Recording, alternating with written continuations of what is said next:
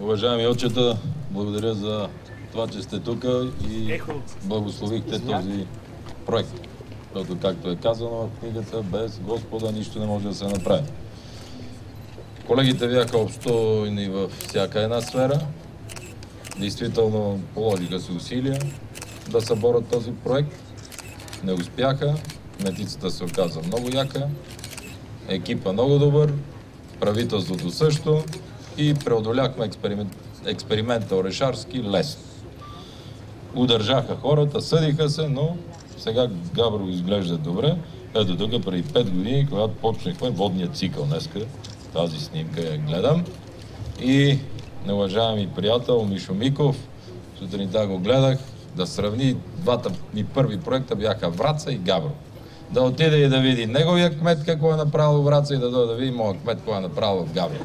Въпреки Орешарски, години това. Да отиде той да види тук, да види Враца. Затова ви поздравявам за това, което сте направили. Това остава за хората.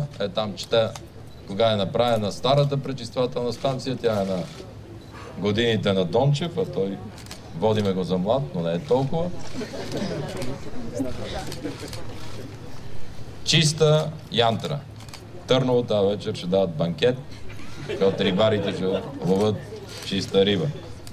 Габровци ще пият от чешмата пречистена идеална вода. Стига да направите и цех за бутилиране тук някъде след това. По-габровски. Града го видях, то са кръгови, то са асфалт. Помня като идвах за гимназията, как беше разкопано всичко, но аз поздравявам кмета не за друго. Изкушението да те харесат хората е много голямо. И като им задържиш заради прокарването на гъста, асфалтирането, това е пилиш нервите и на хората, и своите.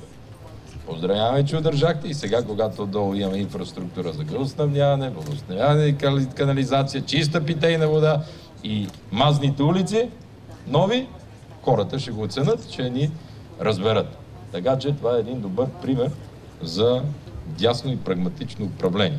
Желая ви да сте живи и здрави и много да ви е сладка водата. Явно друго няма да почерпите. Всеки джоб имам лентички от вчера, Тунча, Ян.